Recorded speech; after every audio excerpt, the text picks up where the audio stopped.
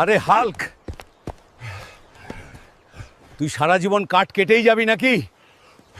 তোর প্রেমিকার বিয়ে হচ্ছে, লোকজন এসেছে, তুই তাড়াতাড়ি গিয়ে এই বিয়ে ভাঙ।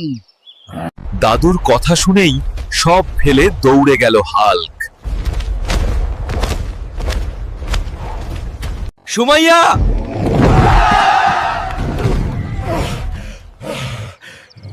তুমি নাকি বিয়ে করছো? হ্যাঁ হাল্ক, আমি বিয়ে করছি। তোমার কাছে আমাকে দেওয়ার মতো কি আছে? একটা ভাঙা ঘর ছাড়া কিছুই নেই। আমার স্বামীর অনেক টাকা আছে। এই ছেলেটাকে বাইরে বের কর।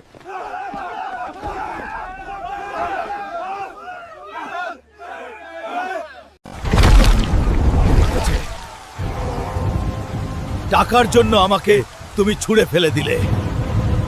আমি এই গ্রাম ছাড়বো না। ও, এই গ্রামেই আমি সবচেয়ে বড় ধনী মানুষ হয়ে দেখাবো। অপমানের পর হাল্ক সিদ্ধান্ত নিল, গ্রাম ছেড়ে নয়, গ্রাম বদলাবে। এই মাটিতেই আমার ভবিষ্যৎ লুকিয়ে আছে।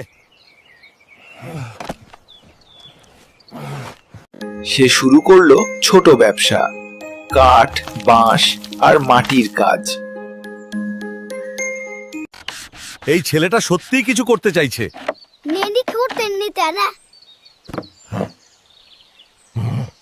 হাল্কের তৈরি জিনিস বাজারে বিক্রি হতে শুরু করলো। একাই বড় হওয়া নয়, সবাইকে নিয়ে বড় হতে চাই। ছোট কাজই হয়ে উঠল বড় ব্যবসা।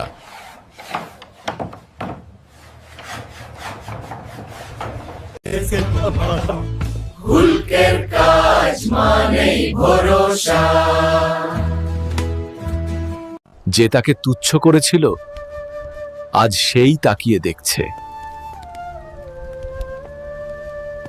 আজ থেকে হাল্ক শুধু ব্যবসায়ী নয়, এই গ্রামের গর্ব। সময় বদলায়, আর সময়ের সাথে বদলায় মানুষের মন। এই সেই হাল্ক যাকে আমি অপমান করেছিলাম। আজ হাল্ককে আর রাগী লাগছিল না, শান্ত, দৃঢ়।